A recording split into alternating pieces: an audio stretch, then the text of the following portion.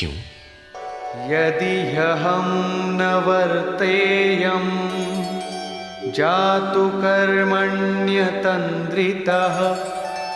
मम वर्त्मानुवर्तन्ते मनुष्याः पार्थ सर्वशः। क्योंकि यदि मैं सावधान होकर कदाचित कर्म में न बरतूं तो मनुष्य मेरे बर्ताव के अनुसार बरतने लग जाएंगे। तो क्या आपका अनुकरण भी बुरा है? श्री कृष्ण कहते हैं, हां। उत्सीदेयुरिमे लोका न कुर्यां कर्म चेदहम् शंकरस्य च कर्ता स्याम् उपहन्यामिमाः प्रजाः। यदि मैं सावधान होकर कर्म न करूं तो ये सब लोग भ्रष्ट हो जाएं और मैं संकरस्य वर्ण संकर का करने वाला हूं तथा इन सारी प्रजा का हनन करने वाला, मारने वाला बनूं। स्वरूप में स्थित महापुरुष सतर्क रहकर यदि आराधना क्रम में न लगे रहें तो समाज उनकी नकल करके भ्रष्ट हो जाएगा। महापुरुष ने तो आराधना पूर्ण करके परम नैष्कर्म्य की स्थिति को पाया है। वे न करें तो उनके लिए कोई हानि नहीं है, किंतु समाज ने तो अभी आराधना आरंभ ही नहीं की। पीछे वालों के मार्गदर्शन के लिए ही महापुरुष कर्म करते हैं। मैं भी करता हूं। अर्थात श्री कृष्ण एक महापुरुष थे, न कि बैकुंठ से आए हुए कोई विशेष भगवान। उन्होंने कहा कि महापुरुष लोक संग्रह के लिए कर्म करता है, मैं भी करता हूं। यदि न करूं तो लोगों का पतन हो जाए, सभी कर्म छोड़ बैठेंगे। मन बड़ा चंचल है, ये सब कुछ चाहता है, केवल भजन नहीं चाहता। यदि स्वरूपस्थ महापुरुष कर्म न करें तो देखा देखी पीछे वाले भी तुरंत कर्म छोड़ देंगे। उन्हें बहाना मिल जाए कि ये भजन नहीं करते, पान खाते हैं, इत्र लगाते हैं, सामान्य बातें करते हैं, फिर भी महापुरुष कहलाते हैं। ऐसा सोचकर वे भी आराधना से हट जाते हैं, पतित हो जाते हैं। श्री कृष्ण कहते हैं कि यदि मैं कर्म न करूं तो सब भ्रष्ट हो जाए और मैं वर्ण संकर का कर्ता बनूं। स्त्रियों के दूषित होने से वर्ण संकर तो देखा सुना जाता है। अर्जुन भी इसी के भय से विकल था कि स्त्रियां दूषित होंगी तो वर्ण संकर पैदा होंगे। किंतु श्री कृष्ण कहते हैं यदि मैं सावधान होकर आराधना में लगा न रहूं तो वर्ण संकर का कर्ता हूं। वस्तुतः आत्मा का शुद्ध वर्ण है परमात्मा। अपने शाश्वत स्वरूप के पथ से भटक जाना वर्ण संकरता है। यदि स्वरूपस्थ महापुरुष क्रिया में नहीं बरतता तो लोग उनके अनुकरण में क्रिया रहित हो जाएंगे, आत्म पथ से भटक जाएंगे, वर्ण संकर हो जाएंगे, वे प्रकृति में खो जाएंगे। स्त्रियों का सतीत्व एवं नस्ल की शुद्धता एक सामाजिक व्यवस्था है, अधिकारों का प्रश्न है, समाज के लिए उसकी उपयोगिता भी है। किंतु माता पिता की भूलों का संतान की साधना पर कोई प्रभाव नहीं पड़ता। आपन करनी पार उतरनी। हनुमान, व्यास, वशिष्ठ, नारद, शुकदेव, कबीर, ईसा इत्यादि अच्छे महापुरुष हुए, जबकि सामाजिक कुलीनता से इनका संपर्क नहीं है। आत्मा अपने पूर्व जन्म के गुण धर्म लेकर आता है। श्री कृष्ण कहते हैं मनः षष्ठानीन्द्रियाणि प्रकृतिस्थानी कर्षति। मन सहित इंद्रियों से जो कार्य इस जन्म में होता है उनके संस्कार लेकर जीवात्मा पुराने शरीर को त्याग कर नवीन शरीर में प्रवेश कर जाता है। इसमें जन्मदाताओं का क्या लगा? उनके विकास में कोई अंतर नहीं आया। अतः स्त्रियों के दूषित होने से वर्ण संकर नहीं होता। स्त्रियों के दूषित होने और वर्ण संकर से कोई संबंध नहीं है। शुद्ध स्वरूप की ओर अग्रसर न होकर प्रकृति में बिखर जाना ही वर्ण संकर है। यदि महापुरुष सावधान होकर क्रिया, नियत कर्म में बरतते हुए लोगों से क्रिया न कराएं तो वो उस सारी प्रजा का हनन करने वाला, मारने वाला बने। साधना क्रम में चलकर उस मूल अविनाशी की प्राप्ति ही जीवन है और प्रकृति में बिखरे रहना, भटक जाना मृत्यु है। किंतु वो महापुरुष इस सारी प्रजा को यदि क्रियापथ पर नहीं चलाता, उस सारी प्रजा को बिखराव से रोककर सतपथ पर नहीं चलाता, तो वो सारी प्रजा का हनन करने वाला हत्यारा है, हिंसक है, और क्रमशः चलते हुए जो चला लेता है वो शुद्ध अहिंसा है। गीता के अनुसार शरीर का निधन, नश्वर कलेवरों का निधन मात्र परिवर्तन है, हिंसा नहीं। सक्ता कर्मण्य विद्वांसो यथा कुर्वन्ति भारत कुर्याद् विद्वांस्तथा सक्तः चिकीर्षुर्लोक संग्रहम्।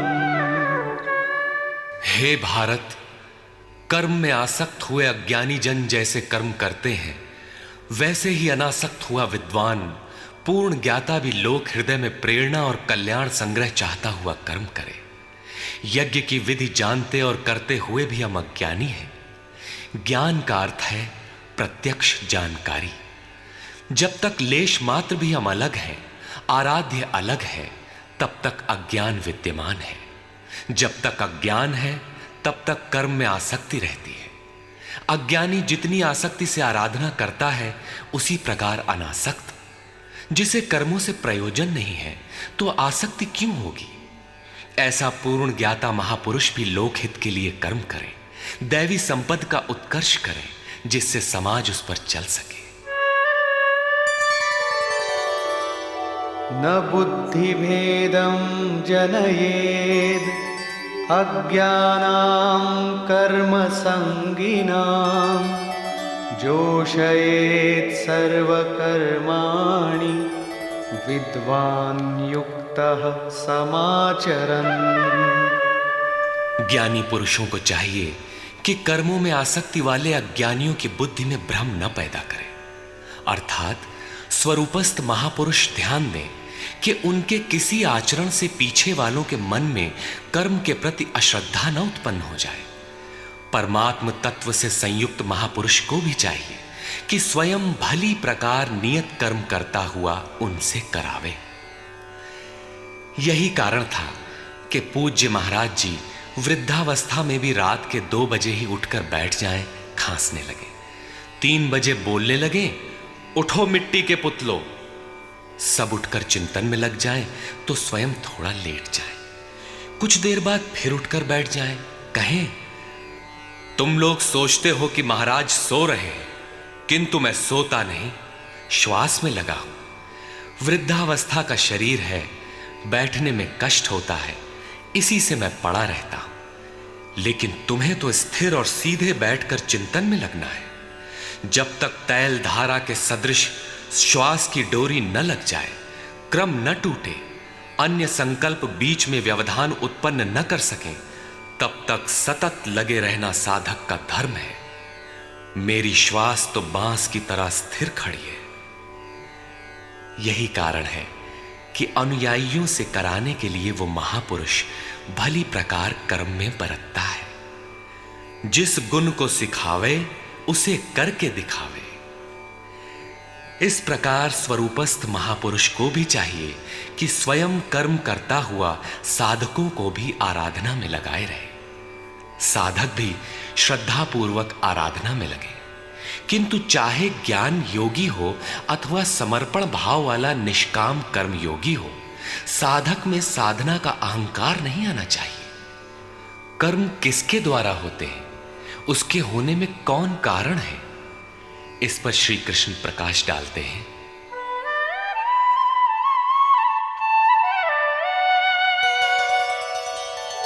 प्रकृते क्रियमाणानि गुणैः कर्माणि सर्वशः अहंकार विमूढ़ात्मा कर्ताहमिति मन्यते।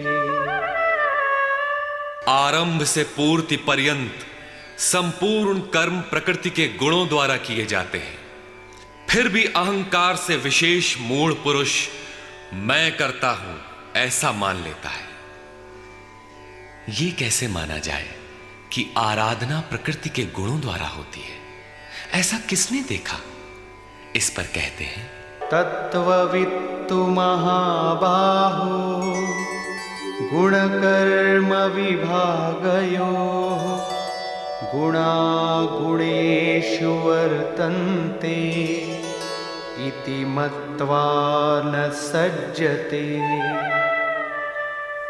हे महाबाहु, गुण और कर्म के विभाग को तत्वविद परम तत्व परमात्मा की जानकारी वाले महापुरुषों ने देखा और संपूर्ण गुण गुणों में बरत रहे हैं।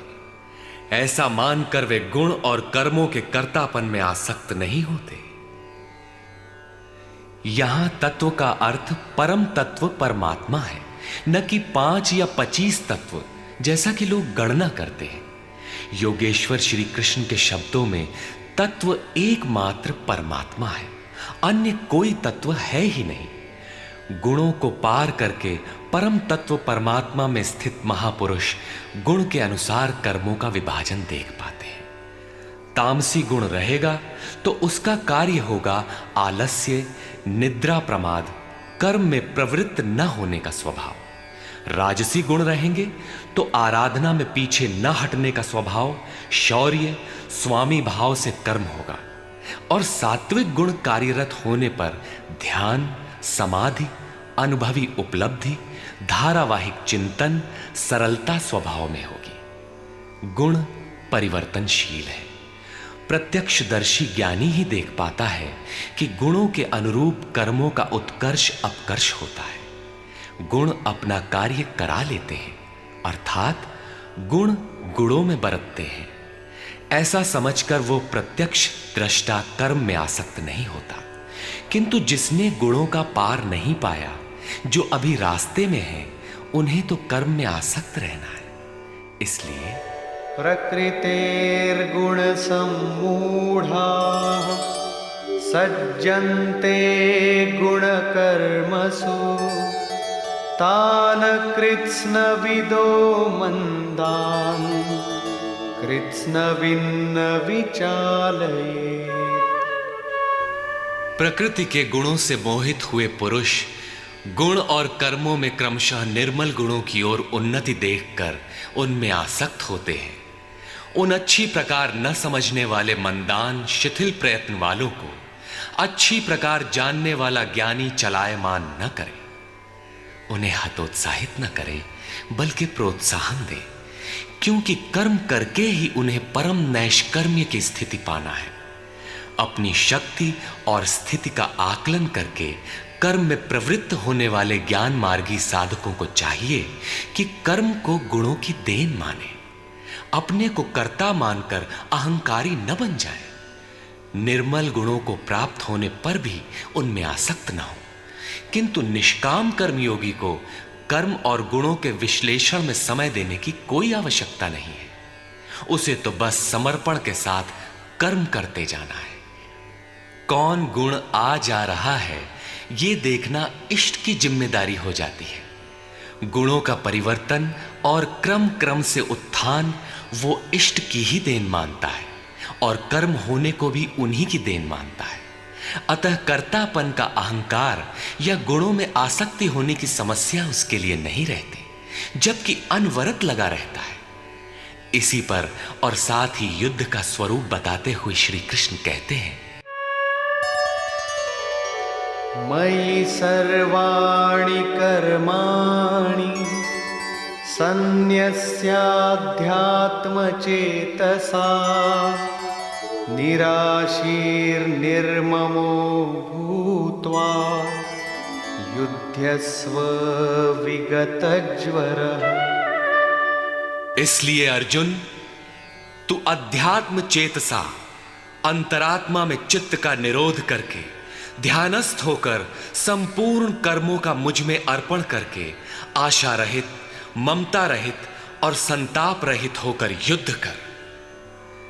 जब चित्त ध्यान में स्थित है, लेश मात्र भी कहीं आशा नहीं, कर्म में ममत्व नहीं है, असफलता का संताप नहीं है, तो वो पुरुष कौन सा युद्ध करेगा?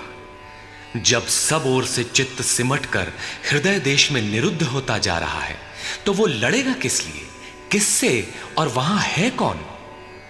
वास्तव में जब आप ध्यान में प्रवेश करेंगे तभी युद्ध का सही स्वरूप खड़ा होता है। तो काम, क्रोध, राग, द्वेष, आशा, तृष्णा इत्यादि विकारों का समूह, विजातीय प्रवृत्तियां जो कुरु कहलाती हैं, संसार में प्रवृत्ति देती ही रहती हैं, बाधा के रूप में भयंकर आक्रमण करती हैं। बस इनका पार पाना ही युद्ध है। इनको मिटाते हुए अंतरात्मा में सिमटते जाना, ध्यानस्थ होते जाना ही यथार्थ युद्ध है। इसी पर पुनः बल देते हैं। ये मे मतमिदं नित्यम् अनुतिष्ठन्ति मानवाः श्रद्धावन्तो न सूयन्तो मुच्यन्ते तेऽपि कर्मभिः। अर्जुन, जो कोई मनुष्य दोष दृष्टि से रहित होकर श्रद्धा भाव समर्पण से संयुक्त हुआ, सदा मेरे इस मत के अनुसार बरतते हैं कि युद्ध कर वे पुरुष भी संपूर्ण कर्मों से छूट जाते हैं। योगेश्वर का यह आश्वासन किसी हिंदू, मुसलमान या ईसाई के लिए नहीं, अपितु मानव मात्र के लिए है। उनका मत है कि युद्ध कर। इससे ऐसा प्रतीत होता है कि यह उपदेश युद्ध वालों के लिए था। अर्जुन के समक्ष तो सौभाग्य से विश्व युद्ध की संरचना थी। आपके सामने तो कोई युद्ध नहीं है। आप गीता के पीछे क्यों पड़े हैं? क्योंकि कर्मों से छूटने का उपाय तो युद्ध करने वालों के लिए है, किंतु ऐसा कुछ नहीं है। वस्तुतः यह अंतर्देश की लड़ाई है। क्षेत्र और क्षेत्रज्ञ का, विद्या और अविद्या का, धर्म क्षेत्र और कुरुक्षेत्र का संघर्ष है। आप ज्यों-ज्यों ध्यान में चित्त का निरोध करेंगे, विजातीय प्रवृत्ति बाधा के रूप में प्रत्यक्ष होती है, भयंकर आक्रमण करती है। उसका शमन करते हुए चित्त का निरोध करते जाना ही युद्ध है। जो दोष दृष्टि से रहित होकर श्रद्धा के साथ इस युद्ध में लगता है, वो कर्मों के बंधन से, आवागमन से भली प्रकार छुटकारा पा जाता है। जो इस युद्ध में प्रवृत्त नहीं होता, उसकी क्या गति होती है? इस पर कहते हैं, ये त्वेतदभ्यसूयन्तो नानुतिष्ठन्ति मे मतम् सर्वज्ञानविमूढांस्तान् विद्धि नष्टान चेतसः। जो दोष दृष्टि वाले अचेतसः, मोह निशा में अचेत लोग मेरे इस मत के अनुसार नहीं बरतते, अर्थात ध्यानस्थ होकर आशा, ममता, संताप रहित होकर समर्पण के साथ युद्ध नहीं करते, सर्वज्ञान विमूढ़ान, ज्ञान पथ में सर्वथा मोहित उन लोगों को तू कल्याण से भ्रष्ट हुआ ही जान। जब यही सही है तो लोग करते क्यों नहीं? इस पर कहते हैं, सदृशं चेष्टते स्वस्याः प्रकृतेर्ज्ञानवानपि प्रकृतिं यान्ति भूतानि निग्रहः किं करिष्यति। सभी प्राणी अपनी प्रकृति को प्राप्त होते हैं, अपने स्वभाव से परवश होकर कर्म में भाग लेते हैं। प्रत्यक्षदर्शी ज्ञानी भी अपनी प्रकृति के अनुसार चेष्टा करता है। प्राणी अपने कर्मों में बरतते हैं और ज्ञानी अपने स्वरूप में। जैसा जिसकी प्रकृति का दबाव है वैसा ही कार्य करता है। यह स्वयं सिद्ध है। इसमें निराकरण कोई क्या करेगा?